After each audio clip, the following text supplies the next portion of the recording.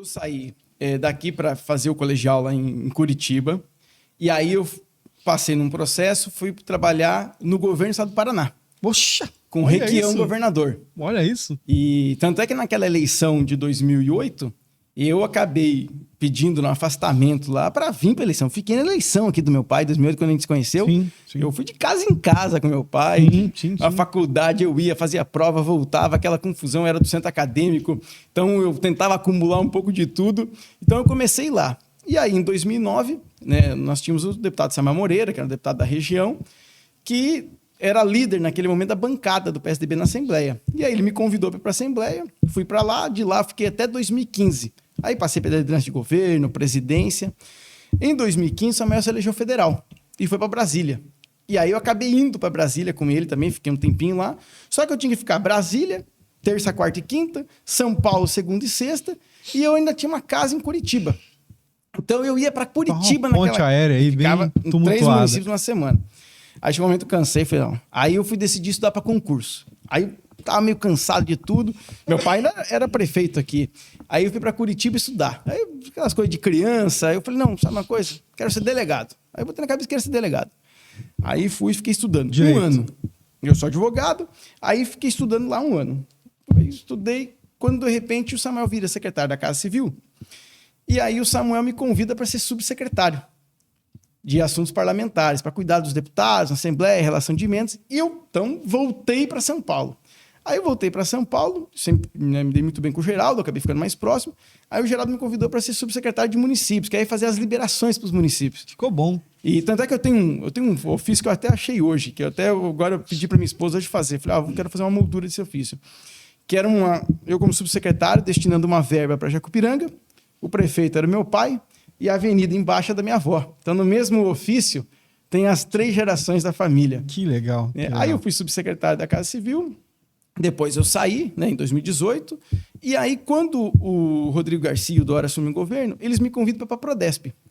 Eu lembro que a minha avó Osmendi, era viva ainda. E aí eu falei, vó, tô indo para a Prodesp. Eu falei, o que é isso? Eu também fiquei, o que é isso? As pessoas não sabem, é um assunto muito distante das pessoas. Então a Prodesp é a empresa de tecnologia do Estado de São Paulo. Tem uma empresa pública que cuida de toda a parte tecnológica do governo. Então a estruturação de sistemas, a definição de estratégias, na verdade, né?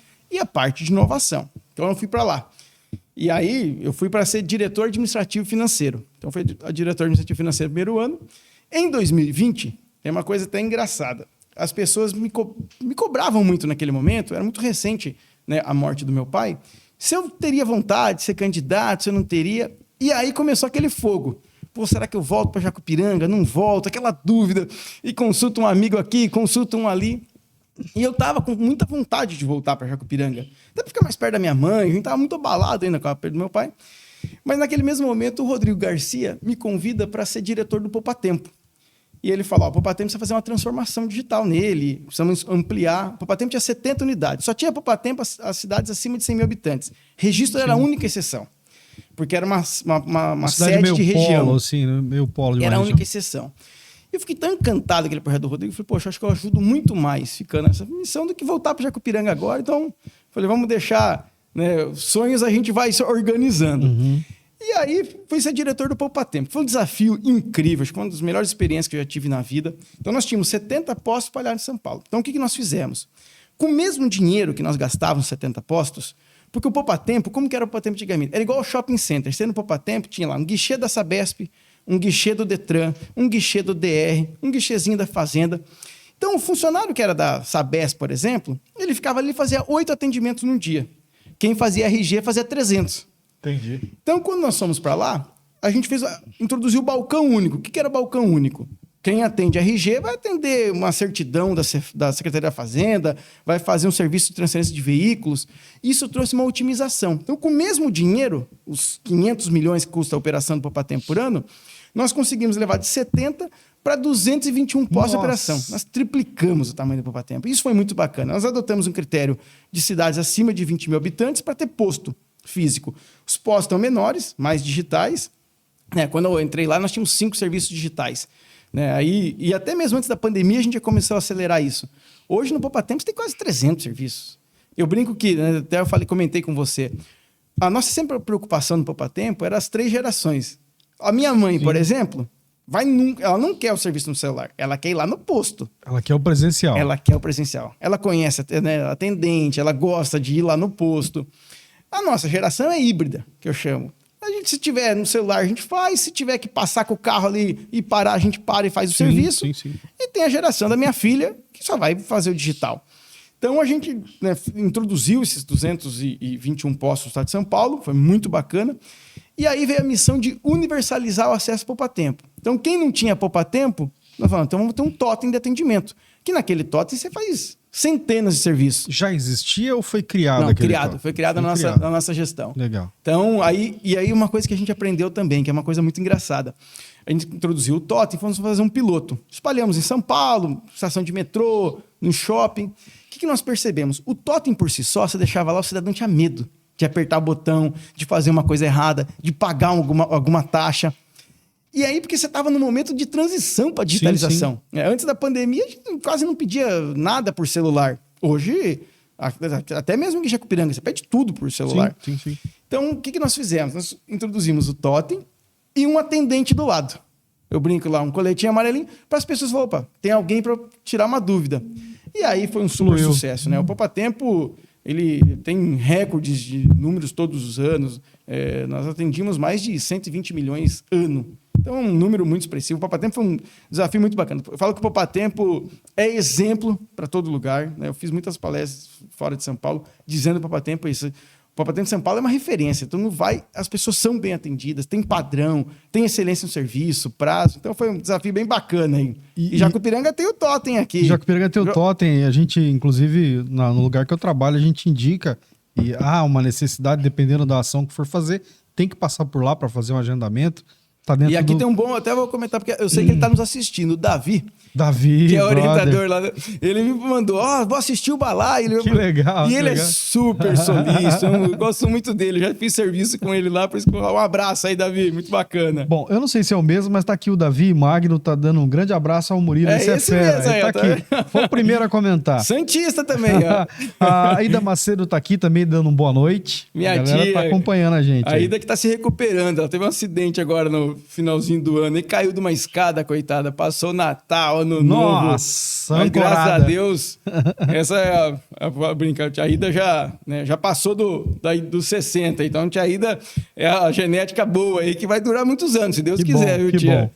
Bom. O Tarso Santos está assistindo a gente também, tá deixando uma boa noite. Sempre uma honra poder escutar o grande Murilo. Grande abraço a todos, valeu, Tarso. A referência conhece? Sabe quem são as pessoas? Conheço, o Tarso jogou bola comigo, viu? Tarso era um bom parceiro de bola, porque ele tocava, aí era o contrário, ele tocava para fazer o gol. Dá aquela força. A dona Hilda Dias Grotti também tá com a gente, deixando uma boa noite pra gente. A Hilda trabalhou. A Hilda, eu comentei com a Dora que ela é casada com o Jair Grotti. Então, sim. Tá o Jair morou com meu pai lá em Mogi, lá eles têm ótimas histórias juntos. Tá todo mundo em casa acompanhando aí. Emanuel Correia, fala Jair, tudo bem? Tô aqui em Itapetininga, tá acompanhando a gente de lá. Ele é daqui, mas tá lá, tá acompanhando a gente. Obrigado, Emanuel, obrigado pela companhia aí. O Francisco Carneiro Braga Neto, deixando uma boa noite. A galera que tá assistindo a gente. Grande amigo nosso. Leonardo também tá aqui. Murilo é um exemplo de pessoa, um gestor público, sempre atento e empenhado com as políticas públicas. Forte abraço. Nada como ter amigos, tá vendo? É bom. Eu não combinei nada. Mas deixa eu te falar. Obrigado, viu, Léo? A referência que você traz aqui, do que eu conheço, tá tudo dentro aqui. Eu brinco com o pessoal que vem aqui e o fã-clube vem junto, que a responsabilidade vai aumentando conforme você vai recebendo. Murilo é o cara, Murilo é assim. Pô, eu não posso decepcionar essa galera, né? A responsabilidade vai só aumentando aí, Murilo. Que bacana. O Davi tá dizendo aqui que é o futuro prefeito de Jacupiranga. Pronto, chegou no que eu queria aqui. Vamos lá, vamos falar um pouquinho de Jacupiranga, continuar aqui. Me colocando enrascada aqui na Vamos continuar aqui, ó. E ele tá dizendo aqui que, com certeza, o Macedo foi o melhor prefeito que Jacupiranga já teve, na opinião do Davi Magno. Obrigado, Davi. Vamos lá. Você falou que naqueles dias ali o pessoal tava mexendo muito com você. Nós estamos de novo nesse ambiente político, nesse ano eleitoral aí. Eu imagino que a sua agenda lá te tome boa parte do teu tempo, mas como o teu coração também está aqui, bate aqui, você está acompanhando. Como é que você está vendo aí a gestão hoje do nosso prefeito Roberto Carlos Garcia? Eu sempre, né, digo que os mandatos... Eu, sinceramente, eu acho que o mandato de 4 anos é um mandato curto. Sim. Né? Até porque você pega 1 ano, você fica entendendo os problemas que você assume. No próximo ano, você vai para uma fase de planejamento. Aí você vai licitar, e não é fácil licitar no poder público. Às vezes tem impugnação, às vezes fracassa uma licitação, volta. Às vezes as pessoas são até injustas, porque as pessoas falam, tá fazendo porque é ano de eleição. Mas não é. É porque o nosso calendário, né, acaba nos impondo um pouco isso. Eu tenho certeza, tem muitas coisas que o Roberto planejou lá no primeiro ano que ele está começando a executar agora. Eu, sinceramente, acho que o Roberto pegou um mandato parecido com o nosso, porque nós viemos no mandato que nós tivemos que estruturar a cidade, né? Resgatar aquela alegria. E não sou eu que digo isso, a população. Nós tivemos 70% dos votos, a maior vitória da história de Jacupiranga, porque as pessoas estavam cansadas de um modelo de política, né, que existia na cidade. Então, as pessoas queriam aquele sentimento de mudança. Quando nós saímos da prefeitura, a ex-prefeita, assim, com todo o respeito, mas ela fez um mandato muito aquém. Né? Pegou uma prefeitura organizada, era muito mais fácil tocar quando você pega a casa organizada. E a cidade estagnou. Pelo contrário, acho que não estagnou, a cidade voltou para trás, ela engatou uma marcha ré. Né? Tanto é que você não tem uma grande obra. O que foi entregue, eu lembro que no Facebook eu fazia muita discussão sobre isso. Né? E eu dizia, está entregue porque foi um convênio que nós assinamos, projeto que nós fizemos, licitação que nós fizemos. Infelizmente, não deu tempo. Né? Então, o Roberto, acho que ele tem... eu sempre comento, né? Nós tivemos nossas diferenças políticas lá no passado. Acho que o Roberto tem cumprido um papel. Né? O Roberto é uma pessoa dedicada, tem cumprido aí com os seus projetos. Acho que, né, tem dado continuidade no córrego, que é importante. Né? Tem priorizado lá aquele prédio da educação. Né? Eu mesmo tive em audiência, levei ele lá. Né? Então, acho que agora, a cidade sempre anseia mudança. Né? Então, e é o que eu cobro muito. A Jacupiranga tem que ter um planejamento de 20 anos. Mas, para isso, a gente precisa trazer pessoas para a política. As pessoas estão se afastando da política. Então, se você for pegar hoje um cenário aqui em Jacupiranga, você não tem muitas opções. Sim. Você tem a opção da máquina, né? Sim. Você tem a opção de um ex-prefeito, e você não tem muito. Eu cobro muito isso, por exemplo, do Cléber Caveri, do Adrianinho, né? Que tá aqui, inclusive, eu vou fazer menção, tá aqui comigo. O Adrianinho, eu sempre cobro, nós temos que ir nos posicionando. Eu vejo lá, tem uma geração nova, o Rodrigo Ricardo, o Marquinho do táxi, né, que embora tenha 2 mandatos, mas é uma pessoa que pensa também uma política diferente. Né, o próprio Cristiano, vereador, eu acho que no Robson... Você tem contato com esse pessoal? Eu procuro acompanhar. Né, então, eu falo, nós temos que pensar num grupo, e eu falo que é uma coisa que meu pai sempre defendeu, e Jacupiranga tem dificuldade de fazer isso. Passou o momento da eleição, nós temos que ficar pensando no município. Deixa para discutir no último ano de novo. Concordo. Porque aqui não pode mais ter feudos, grupos, isso atrasou muito o Jacupiranga. Sim. Né? Essa disputa, não é o grupo da esquerda ou o grupo não sei de quem. Então isso atrapalhou muito. Eu acho que Jacupiranga, né, vai ter uma eleição aí, não sei se surge uma candidatura, uma terceira via. Acredito muito uma polarização nesse momento aí, né, do Roberto, o Gessé, se puder. Acho que eu não vejo um cenário diferente disso. Né? Construído não, posso adiantar que construído não. Talvez em construção, pelo que eu conheço. Inclusive tem uma pessoa, vou lançar esse nome aqui, não sei se você já acompanhou, o nome do seu Tarcísio daqui Natural. O seu Tarcísio foi vice quando o Ivan Filho saiu como candidato a prefeito, o seu Tarcísio veio como vice. E eu imagino que ele tenha acompanhado, o seu Tarcísio, a expressão do nome dele no meio, entre as pessoas. Por que eu digo isso? Porque assim como eu lhe fiz esse convite, a gente alinhou para você estar aqui, também fiz o mesmo convite ao seu Tarcísio. E aí, no primeiro momento, ele estava numa transição na empresa dele, não conseguiu vir. Num segundo momento, eu já não conseguia mais atender naquele período. Então a gente está... Por quê eu digo isso? Conversando com ele agora, essa semana, acho que foi essa semana, no final de semana passado, sexta-feira. Foi o seu Tarcísio, está aberto o convite para o senhor, até porque... Por que eu estou dizendo que ele pode vir como um nome? Eu escuto isso. Aí eu disse isso para ele, pessoalmente. Eu escuto o nome do senhor no meio onde eu circulo, com as pessoas que eu converso. E o que eu converso são pessoas que formam opinião, são pessoas que estão ligadas na política. O teu nome é citado.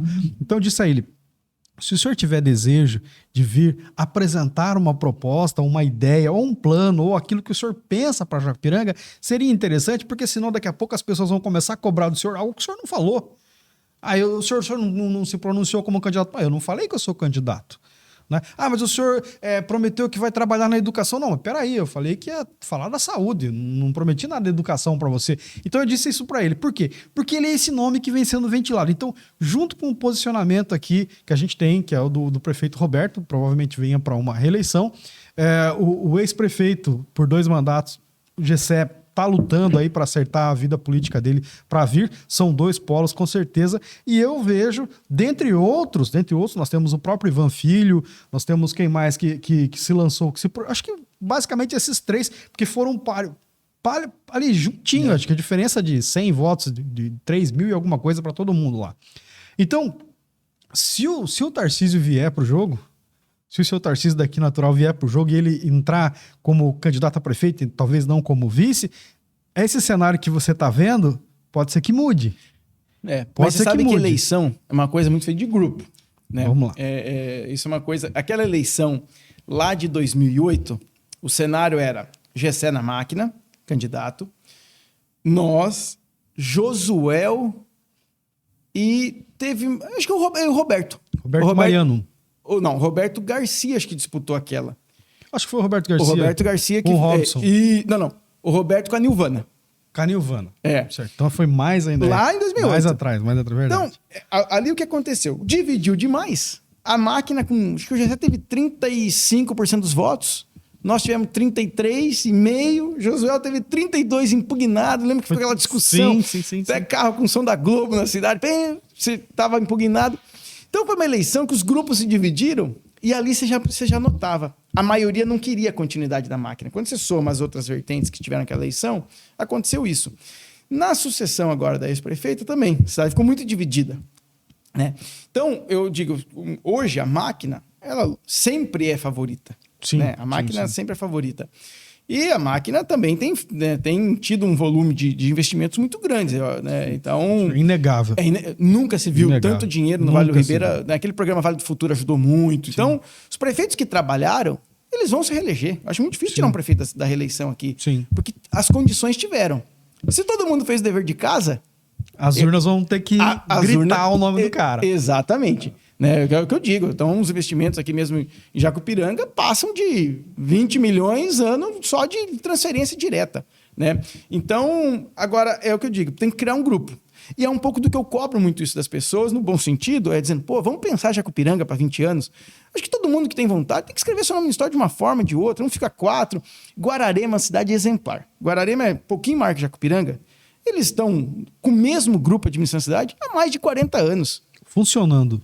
O André do Prado, por exemplo, que é presidente da Assembleia hoje, que é o deputado aqui de Jacupiranga, o deputado mais votado de Jacupiranga, o André do Prado mesmo, ele foi prefeito por 4 anos. O grupo chegou e falou, André, você topa? Só que é por 4 anos. E o André foi um dos prefeitos mais bem avaliados em Guararema. Ele saiu com uma aprovação de 80%. Interessante, hein? Então, é uma coisa que falta em Jacupiranga. Jacupiranga é a terra da descontinuidade. Isso, um vem, eu falo constrói, isso. Outro vem, eu muda falo tudo. Isso. Vem, então tá precisando um grupo se organizar, dizendo, vamos pensar a cidade, né, que eu falo, Jacupiranga tem um lugar de destaque, uma cidade bem estruturada, uma cidade bem localizada. Aí precisa ter um plano de continuidade. Eu acho que é por aí também, concordo com você. Deixa eu seguir aqui e fazer menção. Eu disse que Nossa, já vou aqui os comentários.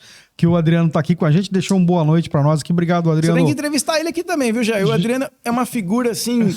Já tá convidado, inclusive. E aceitou o convite, tá? Que bacana. Convidado, aceitou o convite, só precisa alinhar aqui. Eu tenho uma história muito boa do Adrianinho. Se me permite, eu vou contar. Manda. História de campanha. Eu pedi autorização pra chamar ele de Adrianinho, tá? Eu falei, doutor, agora o senhor me pegou porque eu tenho dificuldade. Posso te chamar de Adriano? Ele falou, rapaz, para com isso.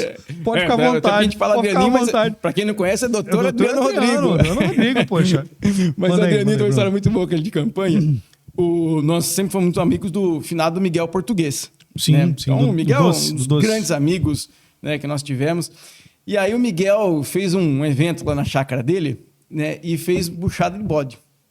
E o Adrianinho não gostava de comer aquilo. Eu cheguei lá, e o Miguel, aquela mania, fazia aqueles panelão. Miguel veio e pum, colocou no meu prato, colocou no prato dele. Na hora eu já vi ele fazendo aquela careta e ele disfarçando. Aí ele não conseguia muito disfarçar, daqui a pouco ele vai no cantinho, Ele Dispensa. joga no prato. Tinha uma calçada e um gramado. Ele jogou no gramado e voltou. Mas nem o cachorro deu uma cheirada e saiu fora. Aquele negócio ficou ali. Aí ele meio incomodado, ele vai com o pé, dá uma espalhada com aquela puxada e volta com o prato vazio pro lugar que a gente tava fazendo a reunião. Seu Miguel Português olhou aquele prato vazio e falou: esse Adrianinho gosta de puxada, vou pegar mais um pratão pra ele. Aí foi lá, colocou o segundo prato e colocou agora o Adrianinho não de pé mais, falou: Adrianinho, senta aqui na mesa. O Adrianinho ficou na mesa, ele não tinha como fazer, ele foi tacando tanta farinha em cima daquela puxada, Pra tentar... que aí virou uma... Só tinha farinha no prato e ele comia, mas eu sentia ele com muito... Isso aí o que o cidadão não faz pra ganhar um voto, viu? Eu falei: Adrianinho, você tá aprovado. É o preço. Comeu toda a puxada.